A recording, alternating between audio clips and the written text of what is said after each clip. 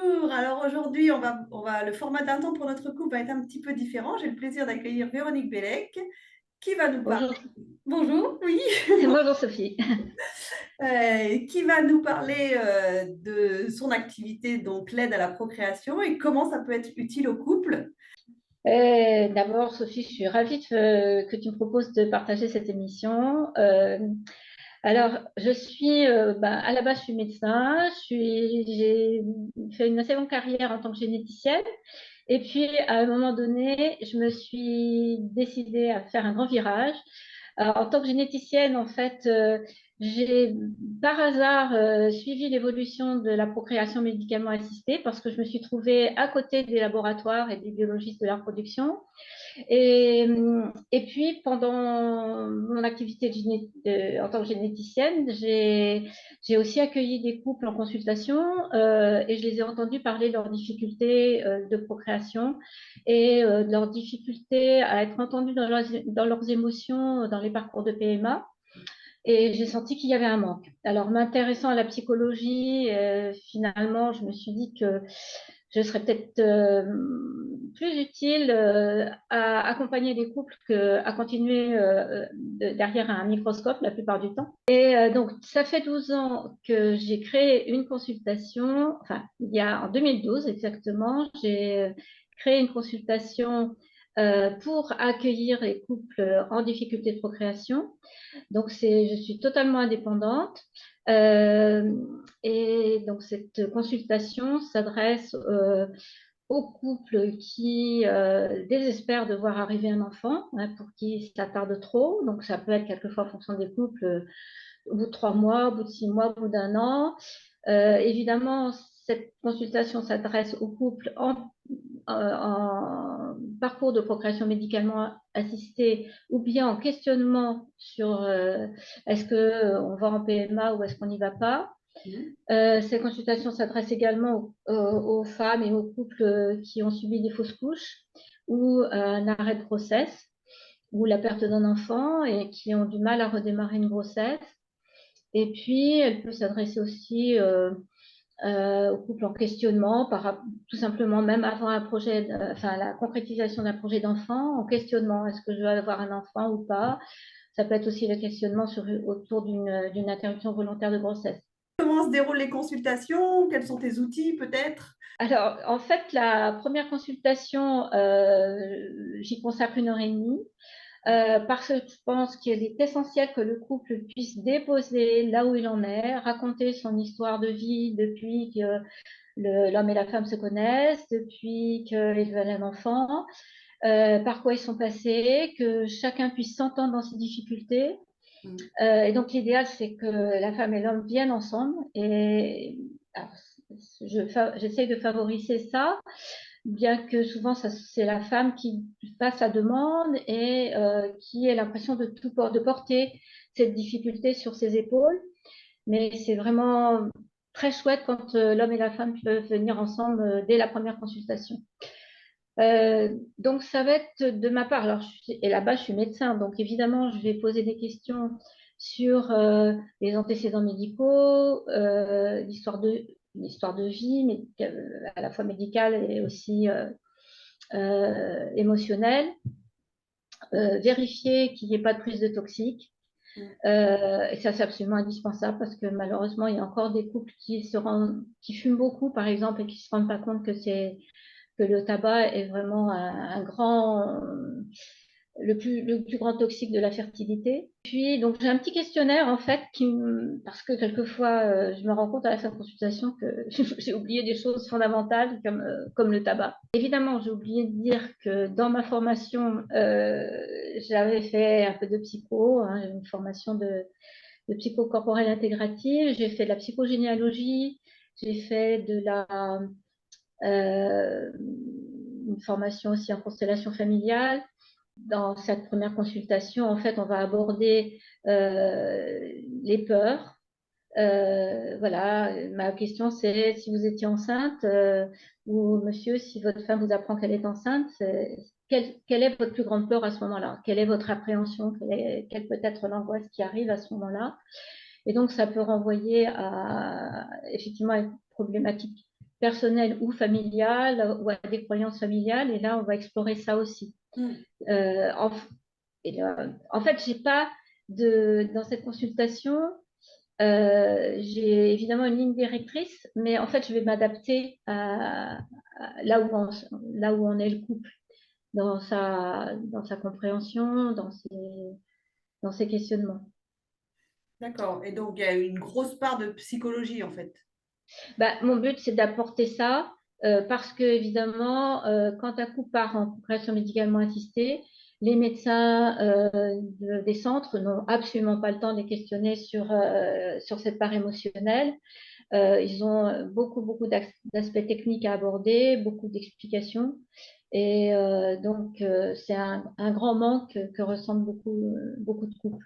En complément, en fait, donc, de la PMA pour exprimer ses émotions et pour aussi parler, donc, du coup, de leur histoire de vie, mais aussi du transgénérationnel et des blocages qu'il peut y avoir au-dessus. Voilà. Alors, si je sens qu'ils sont prêts à ça, évidemment. Ah Bon, oui. alors, quelquefois, alors, l'idéal, c'est de monter un petit arbre généalogique. Mhm. On va pas aller forcément très loin, on peut aller jusqu'aux grands-parents. Et puis, de voir quels sont, voilà, s'il y a eu des fausses couches, des morts d'enfants, quels sont les grands tabous dans la famille, les choses dont on ne veut pas parler. Mais ça peut être de l'ordre des pertes d'enfants, mais ça peut être de l'ordre de l'argent, ou des problématiques d'abus sexuels. Mhm. Là aussi, c'est une question qui peut être abordée déjà, enfin, le questionnement au cours de la première séance, mais ça peut être aussi au cours des séances suivantes. Si on n'a pas le temps de monter les arbres généalogiques ou de poser des questions plus intimes au cours de la première séance, à ce moment-là, je vais proposer de revoir le couple. Et, euh, et puis, je vais leur proposer éventuellement de les voir en individuel quand il y a vraiment des grosses problématiques d'histoire de la petite enfance ou une histoire familiale à creuser. Et on va utiliser ce que j'appelle la constellation familiale individuelle, c'est-à-dire utiliser des petits bouts de papier où on met les noms des personnes dans la famille et en fonction des problématiques, on va essayer de dénouer, de comprendre, de mettre du sens, de dénouer. Et puis, le but, c'est que la personne puisse reprendre sa liberté par rapport à l'histoire familiale. Bon, là, je vais un petit peu vite, hein. Oui. Justement, tu as écrit un livre qui est du coup complémentaire, parce que moi, souvent, quand je reçois mes patients en couple et qui veulent un enfant, je leur conseille ton bouquin. Et du coup, ça, c'est complémentaire et ils peuvent comprendre des choses. C'est mieux qu'ils le lisent avant, c'est mieux qu'ils le lisent. Alors, c'est complémentaire. En fait, euh, bah, d'abord, ce livre, il est paru en 2020. Il fait état de toute ma compréhension de ce qu'est la fertilité et les difficultés de procréation. Donc, il y a une part médicale, mais ça pose des grandes questions. Combien de temps en moyenne il faut, raisonnablement, on peut attendre pour faire un enfant, etc. Enfin, il y a des grandes questions qui reviennent souvent. Et puis, il y a la part du mode de vie, il y a des conseils sur l'alimentation, sur vérifier qu'il n'y ait pas de prise de toxiques. Et puis, il y a toute la part aussi concernant l'épigénétique, c'est-à-dire comment notre histoire de vie peut influer sur nos croyances, sur nos peurs, enfin plutôt l'histoire familiale, transgénérationnelle. Mm. Et ça, il y a une compréhension via les phénomènes qu'on appelle épigénétiques, parce que je suis généticienne, je me suis intéressée à ça évidemment. Oui, je crois que tu as fait une conférence aussi là-dessus. Ouais. Et puis, il y a une dernière partie qui est la part de l'enfant. Alors, ça, c'est une part un petit peu plus subtile, un peu plus spirituelle, parce que cet enfant, ben, je me rends compte au bout de 10 ans de cette consultation qu'il y a aussi, c'est un être à part, enfin, évidemment, c'est un être à part entière, mais c'est comme si cet enfant, même avant d'arriver, pouvait influer aussi, apporter sa part de messages par rapport à son besoin pour arriver dans un couple particulier. Mm. Dans ma consultation, je propose aussi une approche particulière que j'appelle voyage à la rencontre de son futur enfant. Et Mm. là, en fait, c'est une séance au cours de laquelle qui peut se faire en présentiel ou en vidéo, et au cours de laquelle on commence par un temps de relaxation pour amener vers un état modifié de conscience. Et la suite, c'est favoriser l'ouverture de tous ces canaux de perception pour se laisser porter vers cet enfant, pour s'autoriser aux images de cet enfant, d'histoire, plutôt de scènes de vie éventuellement, de ressentis en particulier, parce que les couples en difficulté souvent se coupent quand ça fait trop longtemps qu'ils sont dans l'attente, ils se coupent, ils s'autorisent plus à voir cet enfant. Voilà, donc ça c'est cet aspect particulier de ma consultation. Par rapport à ta question sur le livre, en fait, il s'adresse plus particulièrement aux couples qui sont dans une infertilité dite inexpliquée. C'est-à-dire, en fait, les examens médicaux n'ont pas montré de blocage physique ou biologique. Et finalement, c'est le cas d'un très, très grand nombre de couples qui simplement désespèrent de voir arriver un enfant sans explication. Et c'est là qu'on va aborder toutes les autres causes possibles, les freins émotionnels, ou simplement aussi, ce que je n'ai pas abordé, c'est l'aspect du contrôle, souvent d'un hyper-contrôle sur tous les aspects biologiques, le fait de regarder, d'utiliser une application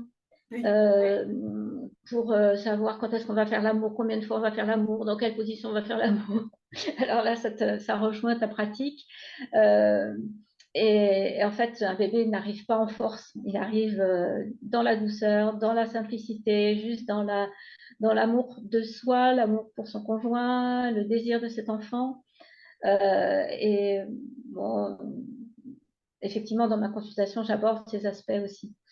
Ouais, bah, je pourrais t'écouter des heures, mais c'est vrai que le format de ma vidéo, c'est 10 minutes. Donc, on a largement dépassé les 10 minutes, largement explosé le truc. Donc, si tu veux bien une petite phrase de conclusion, ou voilà, mais après, faut être obligé de se quitter, malheureusement. Sophie, merci. Je suis désolée d'aller Non, d'abord. c'est cool. Bah non, moi je t'écoutais, je vois même pas le temps passer. Donc, Voilà, bah, je pense que ce qui peut rejoindre ta pratique, c'est de pouvoir dire au couple, juste ressentez-vous chacun dans votre corps, ressentez-vous dans votre désir commun, ou surtout partagez quel est votre désir, où en est votre désir d'avoir cet enfant, quelles sont vos peurs. C'est super important que le couple soit dans cette communication. Où j'en suis et qu'est-ce que j'ai à te dire là-dessus, de ce désir d'enfant, de mes peurs, de comment je te vois comme future maman, comme futur papa. Voilà, c'est comme ça que j'ai envie de conclure. merci beaucoup, Véronique. Merci Sophie. Donc, c'était un temps pour notre couple avec Sophie Caldier et Véronique Bellec aujourd'hui. Je vous souhaite une belle journée. Je vous dis à bientôt pour de nouveaux sujets. Merci.